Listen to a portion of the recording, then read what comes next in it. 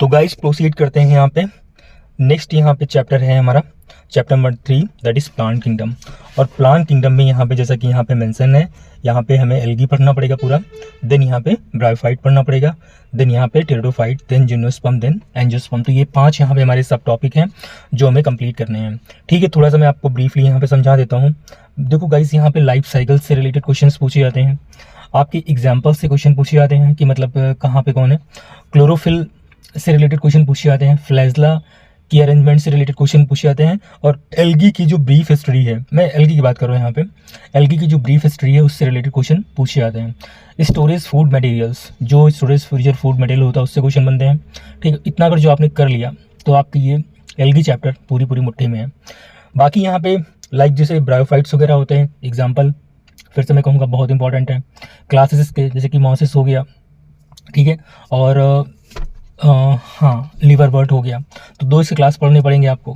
Then आपके pteridophyte में तो ऐसा कुछ है मेंशन है नहीं, सिर्फ वहाँ पे क्लासेस 4 दिए हैं, लाइकोप्सिडा, टेरोप्सिडा और क्या स्फिनोप्सिडा, और एक और दिया है, लाइक 4 क्लासेस फिलहाल दिए वहाँ पे।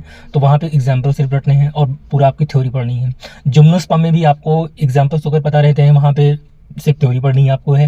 एंजियोस्पर्म की कोई बात ही नहीं है, एंजियोस्पर्म में बस खाली आपको एग्जाम्पल रटने हैं, बाकी वो चैप्टर पढ़ना ना पढ़ना सब बराबरी है। बट यहाँ पे इतने चैप्टर पे आपको अच्छे से फोकस करना है, that is algae, bryophyte, pteridophyte, gymnosperm. और जो इंपॉर्टेंट चीज़ें होंगी जो अभी तक नीट में पूछी गई हैं, तो वो मैं आपको सारी चीज़ें बता दूंगा यहाँ पे, तो पूरा आपको लेक्चर अच्छे से देखना है। तो आइए यहाँ पे स्टार्ट करते हैं। ठीक है, एक लाइन पढ़ते हैं। In the previous chapter we looked at the broad classification of living organism under the system proposed by Whittaker, where in the suggested the 5 kingdom classification with Monera, Protista, Fungi, Animalia, Plantae. तो ये हम लोग सब लोग जानते हैं 1969 में Whittaker ने 5 किंगडम क्लासिफिकेशन दिया था, उसमें Monera, Protista, Fungi, Animalia, Plantae को रखा था। In this chapter we will deal in detail with the further classification within kingdom Plantae, popularly known as plant kingdom. तो यहाँ हम लोग प्लांट किंगडम पढ़ेंगे। ठीक है, आगे इन्होंने लिखा है, we must stress here that our understanding of the plant kingdom have changed over time. Fungi and other member of Monera and Protista having cell wall have now been excluded from the plant through earlier classification placed in them same kingdom. तो यहाँ पे लिखा है कि पहले कुछ fungi के member, ठीक है, कुछ प्रोटिस्टा के मेंबर, कुछ मोनेरा के मेंबर जो कि प्लांट पे रखे गए थे प्लांट किंगडम में, बट उनको बाद में एक्सक्लूड कर दिया गया था। जब जैसे जैसे हमारी मतलब सोच हमारी जो है हाई हुई, या फिर हम लोगों ने थोड़ा जाना, तो पता चला, जैसे कि अभी मैं आपको बताऊं, ईस्ट जो है फंजाई में रखा हुआ है लेकिन यूनिसेलुलर है। तो आपको क्या लगता है गाइस कि ईस्ट को हटा के क्या हम प्रोटिस्टा में नहीं प्लेस कर सकते हैं? आप सोचना, भले इसका क्लोरोफिल नहीं है बट ऐसी कोई बाउंड्री नहीं है प्रोटिस्टा में, क्योंकि स्लाइम मोड आपने देखा होगा सैप्रोफिटिक भी है। तो क्या ईस्ट को हम लोग सैप्रोफाइट में नहीं डाल सकते हैं? सोचना इस चीज़ को। एक चीज़ और मैं बता दूं आपको कि जैसे कि ये तो ईस्ट का एग्जाम्पल हो गया, पैरामीशियम हो गया, ठीक है, पैरामीशियम बता रहे हैं, क्लोरेला हो गया। क्लोरेला अभी पढ़ोगे आप ग्रीन एल्गी में, तो क्लोरेला यूनिसेलुलर एल्गा होता है। तो क्या उस यूनिसेलुलर एल्गा को हम लोग उठा के प्रोटिस्टा में नहीं रख सकते हैं? बिल्कुल रख सकते हैं, क्योंकि यूनिसेलुलर है। और यूनिसेलुलर में रखने का लॉजिक गाइस यही बनता है, क्योंकि वहाँ पे प्रोटिस्टा में वो एक किंगडम ही बना दिया गया है कि आप वहाँ पे सिर्फ यूनिसेलुलर की बात करोगे, यूनिसेलुलर यूकैरियोट की बात करोगे। बाकी मल्टीसेलुलर यूकैरियोट की बात करोगे तो आप प्लांटी में आ जाओ, ठीक है, देन आप एनिमेलिया में आ जाओ। तो मुझे साफ देखो, यहाँ पे एक बात आप अप्रोच अपने डेवलप कर लीजिए कि आपको क्लियर कट सोचना है। ठीक है, क्लियर कट मतलब यहाँ पे जो चीज़ यूनिसेलुलर यूकैरियोट उसको प्रोटिस्टा में डाल ही दो आप। मल्टीसेलुलर है और अगर जो क्लोरोफिल है तो उसको प्लांटी में आप डाल ही दो। मल्टीसेलुलर है, क्लोरोफिल नहीं, तो उसको एनिमेलिया में आप डाल ही दो, सलवार नहीं है, ठीक, इस टाइप से। चलिए कोई बात नहीं है, देखते हैं आगे। Yes, let us look at classification within angiosperm to understand some of the concern that influence the classification system. ठीक है, कोई बात नहीं है। The earliest classification, देखो earliest classification यहाँ पे बात की गई है। Used only grass superficial morphological characters such as habitat, color, number and shape of leaves. They were based mainly on vegetative character or on the endoecium structure system given by Linnaeus. Such system were artificial. They separated the close related species since they are based on few character. भाई देखो, ये काफ़ी important चीज़ है। Artificial classification मैंने आपको पहले बताया था कि ये दिया था आपके लीनियस साहब ने, और वहाँ पे ओनली ग्रास सुपरफिशियल मॉर्फोलॉजी, ये लाइन गाइज बहुत बार पूछी गई है। अर्लीस्ट क्लासिफिकेशन यहाँ पे दिया है, लीनियस नहीं दिए थे, आर्टिफिशियल सिस्टम था, 2 किंगडम सिस्टम इसको बोलते हैं, और इन्होंने सिर्फ ग्रास सुपरफिशियल मतलब आप देख के बता दो उसको यूज़ किया गया था। आगे यहाँ पे दिया है इसी में इंक्लूड करके, they were based mainly on vegetative character, मतलब मेनली जो है वेजिटेटिव कैरेक्टर मतलब फूल पत्ती वगैरह देख के, are on the androecium structure, या तो थोड़ा बहुत एंडोसियम को देख लिया, मतलब स्टैमन कैसे हैं, कार्पेल कैसी हैं, लाइक, ठीक है। तो इसको हम लोग सच सिस्टम और artificial they separated the closely related species in they were based on few character, ठीक है। बहुत जो क्लोजली स्पीसीज रिलेटेड स्पीसीज होती थी उन्हीं को बस खाली हम लोग सेपरेट कर सकते थे। अगर बहुत दूर दूर की प्रजातियां हैं तो उनको हम लोग सेपरेट इस सिस्टम से नहीं कर सकते थे। Also, the artificial system give equal weightage to vegetative and sexual characters. This is not acceptable since we know that often the vegetative character are more easily affected by environment. इन्होंने क्या किया, artificial में इन्होंने गलती क्या की कि इन्होंने वेजिटेटिव कैरेक्टर और एंडोसियम यानी सेक्सुअल कैरेक्टर इनको सेम वेटेज दे दिया, मतलब सेम महत्व दे दिया। जबकि हम लोग जानते हैं कि भैया ऐसा नहीं होता है। अगर जो इन्वायरमेंट का इफेक्ट आएगा, मान लो अगर जो पानी बहुत बरस गया या बहुत ज़्यादा गर्मी हो गई तो उसके जो वेजिटेटिव फीचर्स होते हैं वो डैमेज हो सकते हैं। जैसे कि तना है टूट गया बीच से, पत्ती है, जिस पेड़ की जो पत्तियां हैं वो आपकी टूट गई, फूल भी मुरझा गए, ठीक है। तो ज़्यादा तो आप कैसे कह सकते हो कि एंडोसियम यानी सेक्सुअल कैरेक्टर वो वेजिटेटिव कैरेक्टर के बराबर है, तो आप ऐसा बिल्कुल नहीं बोल सकते हो। एज अगेंस्ट इसके विरुद्ध में नेचुरल क्लासिफिकेशन सिस्टम डेवलप्ड, इसके विरुद्ध में, इसके आर्टिफिशियल के विरुद्ध में कौन डेवलप किया गया, natural system, natural classification system और developed which were based on natural affinity among the organism and considered, मतलब जो कि नेचुरल एफिनिटीज पे डिपेंड था। Not only the external feature but also internal feature like ultra structure, anatomy, embryology and phytochemistry. तो भाई ये अच्छा ही होगा, नेचुरल सिस्टम जो क्लासिफिकेशन हुआ तो ये तो अच्छा ही होगा, है ना। जबकि ये क्या क्या किस चीज़ों पे डिपेंड कर रहा है, इंटरनल स्ट्रक्चर पे भी आपके डिपेंड कर रहा है, ना कि सिर्फ एक्सटर्नल की बात कर रहा है यहाँ पे। लाइक अल्ट्रा स्ट्रक्चर मतलब सेल के अंदर आप जाके घुस के उसमें माइटोकॉन्ड्रिया कितना है, गोल्जी बॉडी है कि नहीं है, राइबोसोम है कि नहीं, ये सारी चीज़ें। या एनाटॉमी उसकी देख के कि इसमें मतलब इसमें फ्लोएम है, जाइलम मतलब या जैसे पैरेंकाइमा वगैरह इस टाइप से, एम्ब्रियोलॉजी उसका जो पैटर्न है वो पूरा देखना, फाइटोकेमिस्ट्री, ये सारी चीज़ें। Such classification were for flowering plant was given by George Bentham and Joseph Dalton Hooker. तो नेचुरल सिस्टम डायरेक्ट क्वेश्चन पूछता है कि नेचुरल क्लासिफिकेशन सिस्टम किसने दिया था, जो ये George Bentham and Joseph Dalton Hooker था, आपने दिया था। मैक्सिमम क्वेश्चन आता है, एक तो आपको दे देंगे कि 5 किंगडम और ये नेचुरल सिस्टम और आर्टिफिशियल सिस्टम, ऐसे करके आपसे पूछ लेते हैं और फिर मैच करवाते हैं आपसे। At present, phylogenetic classification system based on evolutionary relationship between the various organism are acceptable। तो आज की डेट में हमारा phylogenetic classification system को acceptance दी गई है और ये आपके evolutionary relationship पे बेस्ड था। बहुत बार क्वेश्चन नीट में पूछा गया है, गजब की लाइन है ये। This assumes that organism belonging to same taxa have common ancestor। अगर जो वो सेम टैक्सा में है तो ऐसा ये मानता है कि उसके जो एंसेस्टर हैं, उसके जो पूर्वज हैं वो कैसे हैं, सेम हैं, रहे होंगे। We now use information from many other source to help resolve difficulties in classification. These become more important when there is no supporting fossil evidence. ठीक है, तो ये इंपॉर्टेंट इसलिए हो जाता है क्योंकि हमारे पास में बहुत सारे फॉसिल्स नहीं होते हैं। फॉसिल्स होते हैं आज की डेट में हमारे पास में हर चीज़ के, तो फिर हम लोग आराम से इसको फाइंड आउट कर लेते कि भाई ये इसका रिलेटिव, ये इसका, क्योंकि डीएनए वगैरह मिल जाता है ना फॉसिल्स से, तो आप समझ सकते हो इस चीज़ को। Numerical taxonomy which is now easily carried out using computer. बहुत बार पूछा गया है कि न्यूमेरिकल टैक्सोनॉमी में लोग क्या यूज करते हैं, computer. Is based on all observable character, number and code are assign to all character and data are then processed. तो नंबर और कोड यहाँ पे यूज किए जाते हैं, किसमें, न्यूमेरिकल और कंप्यूटर का यूज किया जाता है।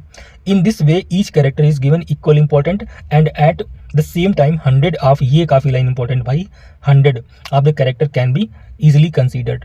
काफी इंपॉर्टेंट है यहाँ पे, एक एक कैरेक्टर को इक्वल इंपॉर्टेंट, देखो ये लाइन बहुत इंपॉर्टेंट है।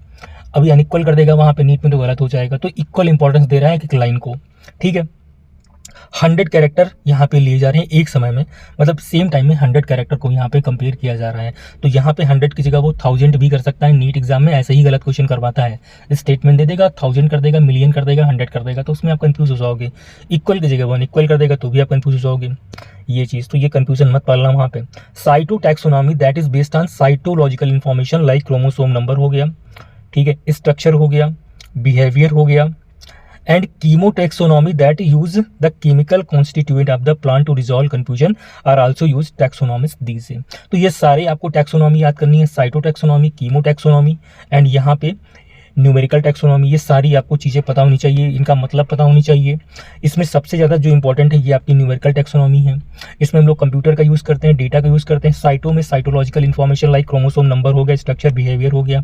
कीमो टैक्सोनॉमी में केमिकल कॉन्स्टिट्यूएंट जो होता है प्लांट का वो हम लोग यूज़ करते हैं। अब हम लोग यहाँ पे एल्गी की तरफ प्रोसीड करते हैं। एल्गी बहुत इंपॉर्टेंट गाइस है, तो इसको बिल्कुल भी आपको मिस आउट नहीं करना है। ऑलरेडी 12 मिनट हो चुके हैं। एल्गी, एल्गी में खास बात है क्लोरोफिल होगा क्योंकि प्लांटी में है। Algae are chlorophyll bearing simple thalloid. Body कैसी होती है भाई, थैलेस होता है, थैलाइड होती है body. Autotrophic and largely aquatic, काफी इंपॉर्टेंट है, लार्जली एक्वाटिक ही होंगे। Both fresh and marine water दोनों जगह मिलते हैं। They occurs in variety of other habitat moist stone, ठीक है, अलग इनका हैबिटाट है। Soil wood, some of them also occur in association with fungi lichen and animal on sloth bear. काफी इंपॉर्टेंट है ये वाला लाइन, कई साल से नीट में नहीं पूछी गई है। तो एनिमल के, अगर जो एनिमल के ऊपर कोई ग्रो करेगा एल्गी तो वो स्लॉथ बियर के ऊपर ग्रो करता है। स्लॉथ बियर एक होता है एनिमल, उसके ऊपर ग्रो करता है। और लाइकन के बारे में तो हमने बता ही दिया था आपको बायोलॉजिकल क्लासिफिकेशन में। The form and size of algae is highly variable, ये इंपॉर्टेंट है, ठीक, कांस्टेंट नहीं होता है, वेरिएबल होता है। रेंजिंग फ्रॉम कॉलोनियल, देखो देखो देखो सारी लाइनें इंपॉर्टेंट है। कॉलोनियल कैसा होगा, कौन एग्जांपल है, वॉलबॉक्स। अगर जो आपसे कोई पूछे कॉलोनियल एग्जांपल बताओ, कॉलोनियल अलगा का तो wallbox.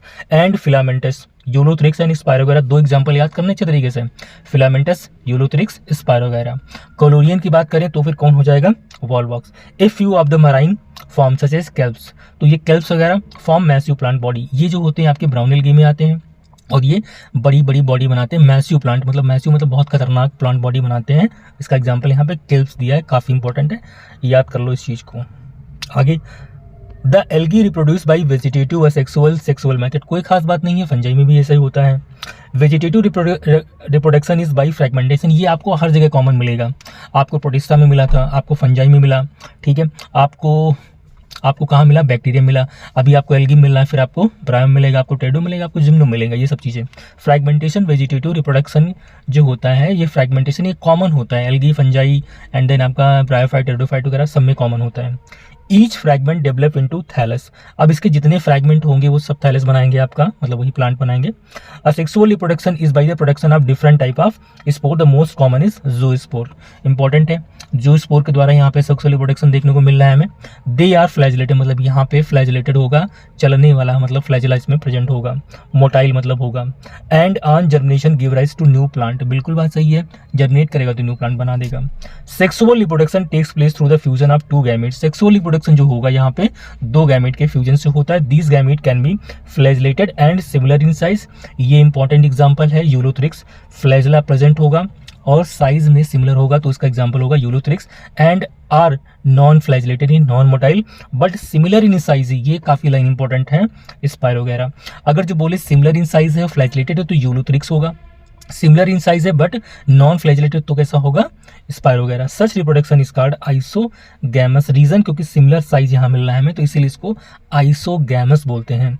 Fusion of two gametes dissimilar in size as in species of Eudorina, तो यहाँ पे anisogamous, Eudorina anisogamous, Eudorina anisogamous याद कर लो। और ऊपर की ये यूलोथ्रिक्स और स्पायरोगैरा कई बार क्वेश्चन पूछा गया है, इतनी बार की पूछो ना बिल्कुल एकदम। आगे आ जाओ, फ्यूजन बिटवीन वन लार्ज, हाँ भाई बहुत जबरदस्त क्वेश्चन, ओगैमस कहाँ होगा, वॉलबॉक्स एंड फ्यूकस, याद कर लो। लार्ज स्टैटिक या नॉन मोटाइल, यहाँ पे लिखा है फीमेल होनी चाहिए और स्मॉल मोटाइल मेल गैमेट, समझ में आ रहा है। फीमेल कैसी होनी चाहिए, स्टैटिक और मोटी यानी लार्ज होनी चाहिए, पड़ी रहती है फीमेल, ठीक है, और मेल उसके पास में दुबला पतला जो मेल है वो उसके पास जाता है फ्यूज करने के लिए और वहीं पे रिप्रोडक्शन कर लेता है। एग्जाम्पल आपसे दो पूछे गए हैं, वॉलबॉक्स और फ्यूकस, साथ में एक और बढ़ा लो, रेड एल्गी, अभी पढ़ोगे आगे। रेड एल्गी में भी ओगैमस टाइप का आपको रिप्रोडक्शन देखने को मिल जाता है। चलिए ये फिगर है, अभी हम डिस्कस करेंगे फिगर के बारे में, लेकिन पहले ये वाला फिनिश कर लेते हैं। चलिए, algae are useful to man in variety पे, भाई ये जो पैरा है ना इतना खतरनाक पैरा है कि अब तो नहीं कह रहा हूँ, 25 में शायद आया था, नहीं आया था, हाँ 24 तक, अब 2020 से लगा के 2025 तक 24 तक देखना, इस पैरा को छोड़ के किसी साल पेपर बना है, नहीं बना होगा मेरे हिसाब से। आप पेपर एक बार क्रॉस चेक करना पीवाई को उठा के, ठीक है, ये पैरा बहुत इंपॉर्टेंट है। At least a half of total carbon dioxide fixation on earth is carried out by the alga through the photosynthesis. भाई at least half of the total जो कार्बन डाइऑक्साइड का फिक्सेशन हो रहा है वो सिर्फ एल्गा के द्वारा हो रहा है। एल्गा कितना इंपॉर्टेंट है पता है आपको? कार्बन डाइऑक्साइड को फिक्स किया जा रहा है और ऑक्सीजन हमें दी जा रही है। और क्या चाहिए, एल्गी कितनी इंपॉर्टेंट हमारे लिए है, सोचो इस चीज़ को। बाकी आधा ये जो और बड़े बड़े प्लांट होते हैं यूकैरियोट्स में, मतलब जिम्नोस्पर्म या एंजियोस्पर्म हमारे, ये करते हैं। अकेले ये भैया समझ रहे हो? यस, तो भैया सल्यूट एल्गी को। Being photosynthetic they increase the level of dissolve oxygen in their immediate environment. भाई तुरंत मतलब तुरंत इन्वायरमेंट में ये कार्बन ऑक्सीजन का लेवल बढ़ा देते हैं। एल्गी इतना इंपॉर्टेंट होता है, ठीक है। ये चीज़ यहाँ पे they are a paramount important as primary producer of energy rich compound which form the basis of food cycle in aquatic animal. ये सारी लाइन आपको याद करनी है। मैनी स्पीसीज ऑफ पोरफायरा, कई बार लाइन ये पूछी गई है भाई, जबरदस्त, इसको लिख लो आप, अंडरलाइन कर लो। Many species of Porphyra, Laminaria and Sargassum. Porphyra किस में आएगा? रेड एल्गी में। Laminaria brown algae, Sargassum brown algae are among the 70 species of marine algae used as food. भाई 70 की जगह 90 कर दिया था, एक बार याद कर लेना, ठीक है। मेराइन की जगह पे फ्रेश वाटर कर दिया था उसने, मराइन की जगह फ्रेश वाटर भी कर चुका है एक बार, तो गलत मत करना। 70 की जगह 170 भी एक बार लिख के आ चुका है। ये सब गलती मत करना, वहाँ पे याद कर लो अच्छे तरीके से। अभी मैं बता रहा हूँ, सुधार लो तो आगे आपका सिलेक्शन आसान हो जाएगा। सर्टेन मेराइन ब्राउन, सर्टेन, हाँ ये भी line, certain marine brown and red algae produce large amount of hydrochloride water holding substance Elgin. ये कहाँ होगा? ब्राउन एल्गी में। देखो हाइड्रोक्लोराइड वाटर होल्डिंग सब्सटेंस और एल्जिन ये कहाँ होगा? ब्राउन एल्गी में। एंड काराजीन रेड एल्गी में। समझ लो, एल्जिन कहाँ हो रहा है? ब्राउन एल्गी, काराजीन रेड एल्गी में। विच आर यूज्ड कॉमर्शियली, कैसे? कॉमर्शियली इसका प्रयोग में आता है, ठीक। अगार one of the commercial product obtain from Gelidium. भाई बहुत बार अगार कहाँ से निकाला जा रहा है? Gelidium and Gracilaria are use to grow microbes and in preparation of ice cream and jellies. और ये क्या है? जेलेडियम और ग्रेसिलिया है क्या? रेड एल्गी हैं। तो आपसे पूछे भाई अगार कहाँ से निकाला जाता है? तो जेलेडियम और ग्रेसिलिया से। क्लोरेला अ यूनिसेलुलर, देखो यही हमने कहा था अभी, क्लोरेला जो है ये यूनिसेलुलर एल्गा है। और यूनिसेलुलर तो इसको प्रोटिस्टा में रखना चाहिए ना, यहाँ पे क्यों रखे हो इस चीज़ को? Alga rich in protein, Chlorella किसमें? प्रोटीन में रिच होता है। Is used as food supplement even by space traveller. अब जैसे सुनीता विलियम्स गई होंगी तो वो साथ में क्लोरेला अपने लेके गई होंगी, क्योंकि वो फूड सप्लीमेंट की तरह यूज़ करता है। रीज़न क्योंकि उसमें प्रोटीन बहुत ज़्यादा होती है क्लोरेला में, ठीक है। The algae are divided into 3 main classes, that is Chlorophyceae, Phaeophyceae, Rhodophyceae. और मैं अगर जो आपसे कहूँ कि इसका बेसिस क्या होगा डिवीजन का, तो क्लोरोफिल हो सकता है और फ्लैजेला का अरेंजमेंट। अभी आपको सारी चीज़ें क्लियर हो जाएंगी। मैं ऐसा क्यों बोल रहा हूँ? क्योंकि क्लोरोफिल ए तो सब में कॉमन होता है, लेकिन बी सी डी ऐसे आएगा, बी सी डी करके, तो आप बी सी डी करके, तो उसमें डिफरेंस आपको मिल जाएगा। और फ्लैजेला के नंबर में डिफरेंस, नंबर ऑफ पोजीशन में आपको डिफरेंस मिल जाएगा।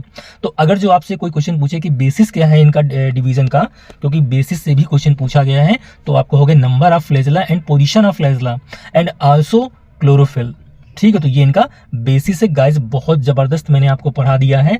अगर जो आपका एक क्वेश्चन फंस जाए ना, पी को उठा के देखिए, तो मैं पढ़ाना बंद कर दूंगा, कमेंट में आके ड्रॉप कर देना। वहां पे दावे के साथ कह रहा हूं, एक क्वेश्चन आपका गलत नहीं होगा, ठीक है। ओके, तो मिलते हैं फिर नए लेक्चर के साथ में। उसमें हम लोग यहाँ पे स्टार्ट करेंगे क्लोरोफाइसी, देन फियोफाइसी, देन यहाँ पे रोडोफाइसी, और ये टेबल और कुछ फिगर्स यहाँ पे रहेंगे।